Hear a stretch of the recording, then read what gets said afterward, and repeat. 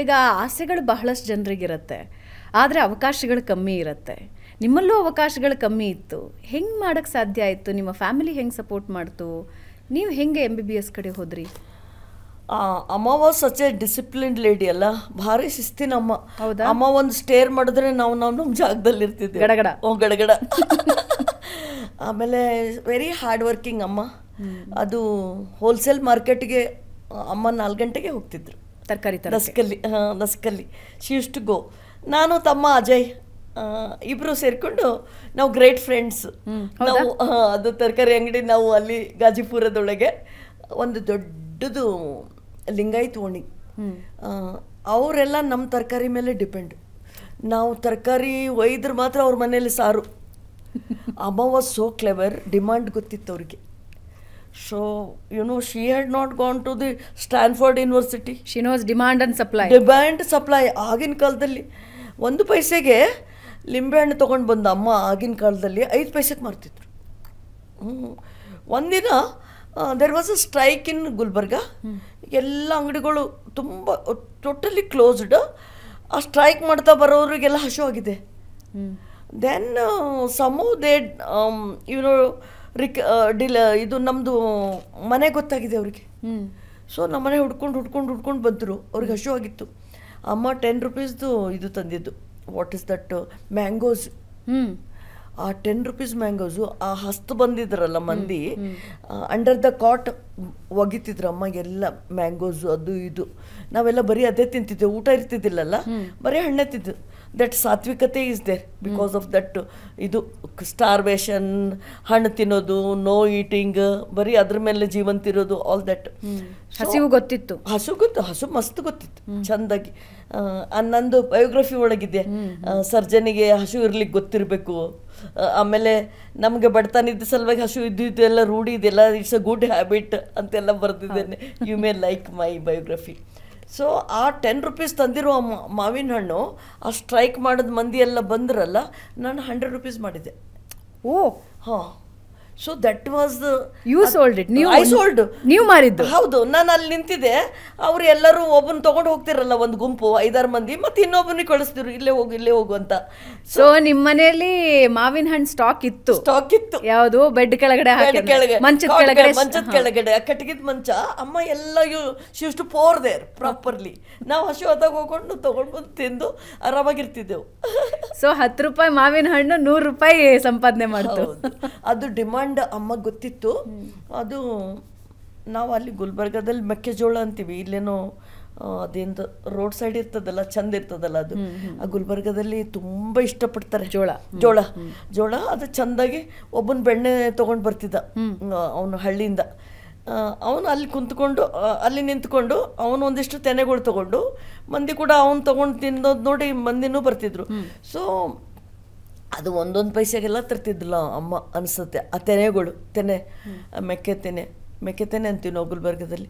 ಅದು ಹೊಟ್ಟೆ ತುಂಬ ತಿಂದರೆ, 1-2 ತಿಂದರೆ you can be comfortable for half day, ಆ ಥರ. ಸೊ ಅದು ಸುಗ್ಗಿ. ಸೊ 1 ಪೈಸೆಗೆಲ್ಲ ತಂದು ನಾವು 25 ಪೈಸೆ ಮಾರ್ತಿದ್ವಿ. ಆಮೇಲೆ ಅಂಗಡಿ ಚಿಕ್ಕದು, ವ್ಯಾಪಾರ ಮಸ್ತ್ ಆಗ್ತಿತ್ತು.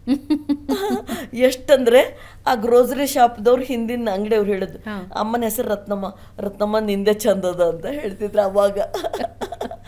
ಆಮೇಲೆ total friendship with every one they ಅಮ್ಮಂದು. ಅಲ್ಲಿ ಎಲ್ಲರೂ, ಮತ್ತು ಅಲ್ಲಿ ದೊಡ್ಡ ಮರ, ವೆರಿ ಹ್ಯೂಜ್ ಮರ, ತುಂಬ ಸ್ಪ್ರೆಡ್ ಆಗಿತ್ತದು, ನೀಮ್ ಟ್ರೀ, ಬೇವಿಂದು. ಸಂತೆ ಆಗ್ತಿತ್ತಲ್ಲಿ. ಸಂತೆ? ಸಾಟರ್ಡೆ ಮರದ ಕೆಳಗಡೆ ಮಸ್ತಾಗಿ ಆ ಸಂತೆ ದಿನ ಮರದ ಕೆಳಗಡೆನೂ ಆಗ್ತಿತ್ತು. ಗುಲ್ಬರ್ಗದು ಮಾರ್ಕೆಟಲ್ಲಿ ಸಂತೆ ಆಗ್ತಿತ್ತು. ಆ ಸಂತೆ ಮುಗಿಸಿ ಬಂದ್ಕೊಂಡು ಇನ್ನೂ ಸ್ವಲ್ಪ ಏನಾರು ಪೈಸೆ ಉಳಿದ್ರೆ ನಮ್ಮ ಹತ್ರ ಬಂದು ಖರ್ಚು ಮಾಡಿ ಹೋಗ್ತಿತ್ತು ಮಂದಿ. ಅಪ್ಪನ ದೋಸ್ತ ಅವ್ನು ಬೆಣ್ಣೆ ಮಾರೋನು ಬಂದು ಅವನೊಂದಿಷ್ಟು ತೊಗೊಂಡು, ಮತ್ತು ಬೇರೆಯವರು ಅವನು ಅದು ಬೆಣ್ಣೆ ಹಚ್ಚಿ ಅದಕ್ಕೆ ಉಪ್ಪೆಲ್ಲ ಹಾಕಿ ಮಸ್ತ್ ರುಚಿ ಮಾಡಿ ಅವ್ನು ತಿಂತಿದ್ದ. ಮತ್ತು ಅವನು ತಿಂದ ನೋಡ್ಕೊಂಡು ಆ ಬೇರೆಯವ್ರನ್ನೂ ಬರ್ತಿದ್ರು. ಬಾಬುರಾವ್ಕಿ ಬೇಟಿ ಹೈ, ಬಾಬುರಾವ್ಕಿ ಬೇಟಿ ಹೈ ಅಂತಂದು ಅಪ್ಪನ ದೋಸ್ತರು ಕೂಡ ಬರ್ತಿದ್ರು. ಹಾಗೆ ಅಟ್ರಾಕ್ಷನ್ ವಾಸ್ ದೇರ್. ನೋಡ್ಲಿಕ್ಕಂತ ಮಂದಿ ಬರ್ತಿದ್ರು. ಆಮೇಲೆ ಪೇಷಂಟ್ಸು ಪೇಷಂಟ್ಸು ಸರ್ಜರಿ ರಿಫ್ಯೂಸ್ ಮಾಡ್ತಿದ್ರಲ್ಲ, ನಾನು ಹೋದರೆ 1 ಮಿನಿಟ್ದೊಳಗೆ ಎನ್ರೋಲ್ ಆಗ್ತಿತ್ತು. ಹೌದಾ? ಅಗ್ರಿ ಮಾಡಿಬಿಡ್ತಿದ್ರು. ಹೆಂಗೆ? ಅದು ಏನು, ಒಂದು ಹುಡುಗ, ಒಬ್ಬರು ಸರ್ಕಲ್ ಇನ್ಸ್ಪೆಕ್ಟರ್ ತುಂಬ ಪೇಷಂಟ್ ತರ್ತಿದ್ರು, ಅವ್ರಿಗೆ ಗೊತ್ತಾಗ್ಬಿಟ್ಟಿದ್ರು. ಅವ್ರದ್ದು ಬಳಗ ಒಂದು 12 years old, curable testicular tuber. ಅದು ನಾನು ಸ್ವಲ್ಪ ಲೇಟ್ ಮಾಡಿ ಹೋಗಿದ್ದೇನೆ ಒ ಪಿ ಡಿಗೆ, ಅವ್ರು ಕಾಯ್ತಾ ಇದ್ದಿದ್ರು. ಅವ್ನು ರಿಫ್ಯೂಸ್ ಮಾಡಿ ಹೊರಗಡೆ ಬಂದ್ಕೊಂಡು ಅಳೋದೊಂದೇ ಬಾಕಿ. ಒ ಪಿ ಡಿ ಡೋರ್ ಹತ್ರ ನಿಂತಿದ್ದ. ಮತ್ತು ಡಾಕ್ಟ್ರ್ ಬಂದರು ಅಂತ ಅಲ್ಲಿ ಸುದ್ದಿ ಮಾಡಿದ್ರೆ ಅವನಿಗೆ ಒಳಗೆ ಕರೆದೆವು. ಅವನಿಗೆ he agreed for the surgery. ಒಬ್ಬರು VIP ಮೇಡಮ್ ಬಂದರು. ಅವಾಗ ಐ ವಾಸ್ ಡೈರೆಕ್ಟರ್ ಇನ್ಚಾರ್ಜ್. ಅವರು ಆ್ಯಕ್ಚುಲಿ ಗೈನೆಕ್ ಡಿಪಾರ್ಟ್ಮೆಂಟ್, ನಂದು ಡಿಪಾರ್ಟ್ಮೆಂಟ್ ಅಲ್ಲ. ಹಾಗೇ ಅವ್ರಿಗೆ ಗೊತ್ತಾಗಿದೆ ನಾನು ಇದ್ದೀನಂತ ಅವ್ರು ಹುಡ್ಕೊಂಡು ಬಂದರು. Then she was not with cancer, she was coming for checkup. ಅವತ್ತೇನೋ ಸರ್ಜರಿ ಪ್ಲ್ಯಾನ್ ಮಾಡಿದ್ದಾರೆ, ಅದು whether to check whether it is cancer non cancer ಅಂತಂದು. ಮೇಡಮ್ ರಿಫ್ಯೂಸಲ್ ವಾಸ್ ದೇರ್ ಸರ್ಜರಿಗೆ. ಭಯ ಕರೆಕ್ಟ್ ಟರ್ಮಿನಾಲಜಿ, ಭಯ. ಆಮೇಲೆ ನನಗೆ ಹೇಳಿದ್ರು, ನೀನು ಒಂದು ಒಳ್ಳೆ ಬೆಡ್ ಕೊಡು ನನಗೆ ಅಂತಂದರು. ಒಳ್ಳೆ ಬೆಡ್ ಅಂದರೆ ಅಲ್ಲಿ Shantidham, very beautiful rooms are there, we showed are there, ಇನ್ನೂ ಸ್ವಲ್ಪ ಚೆಂದಾಗಿರೋದು ತೋರಿಸು ಅಂತಂದರು. ಹಾಗೆ ನಮ್ಮ ಡಾಕ್ಟರ್ಸ್ ಎಲ್ಲ ಇರುವ ರೂಮ್ಸ್ ಎಲ್ಲ ಚೆಂದಿದೆ ಅಂತ ಸುದ್ದಿ ಆಗಿತ್ತು. Then I went that side.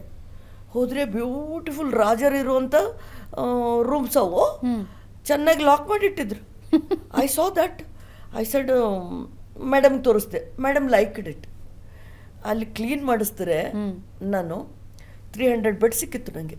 325 beds ಚೆನ್ನಾಗಿ ಅದನ್ನು ಲಾಕ್ ಮಾಡಿ ಬಿಲ್ಡಿಂಗ್ ಕಟ್ಟಿ, ಕುವೆಂಪು ಬಿಲ್ಡಿಂಗ್ ಅಂತ.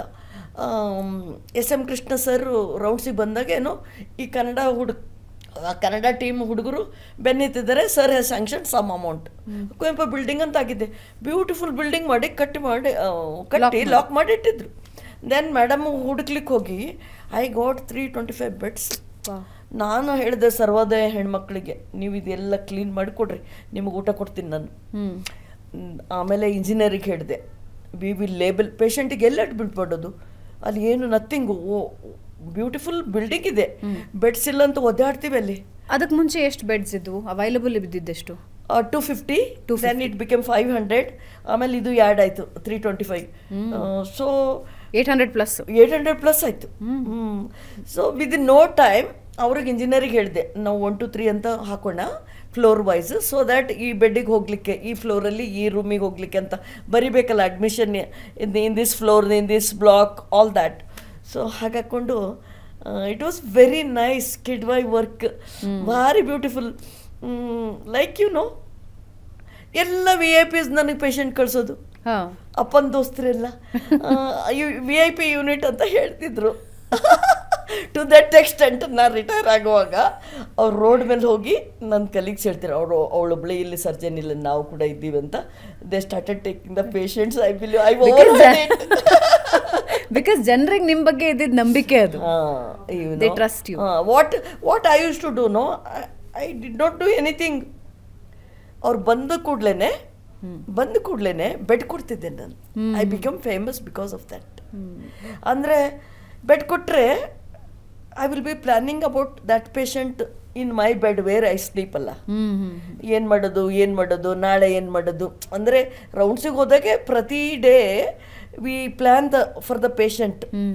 So whether patient is coming for surgery or not, ಎರಡರಾಗ ಒಂದು ಡಿಸೈಡ್ ಮಾಡಬೇಕು. ಆಮೇಲೆ as a surgeon you should have a sharp decision making power in life. Like instant ಅಂದರೆ ನಾವು ಯಾವಾಗೂ ಡಿಸಿಷನ್ ಮೇಕರ್ಸ್ ಅಲ್ಲ. Surgery is a decision about somebody's life. So ನಂದು shape lady ಇದ್ದರೂ ಕೂಡ ಗಂಡಸರ ಥರ ಇರಬೇಕು ನಂದು ಡಿಸಿಷನ್ ಮೇಕಿಂಗ್, ಶಾರ್ಪಾಗಿ. Whether your operating or not, ಕ್ಲೀನಾಗಿ ಹೇಳಬೇಕು ಮನೆಯವರಿಗೆ, ಪೇಷಂಟ್ ಹತ್ರ ಮಾತಾಡಬೇಕು, ಕ್ಲಾರಿಟಿ ಕೊಡಬೇಕು. With clarity I have to work, not otherwise. No confusion, 0 confusion. Okay.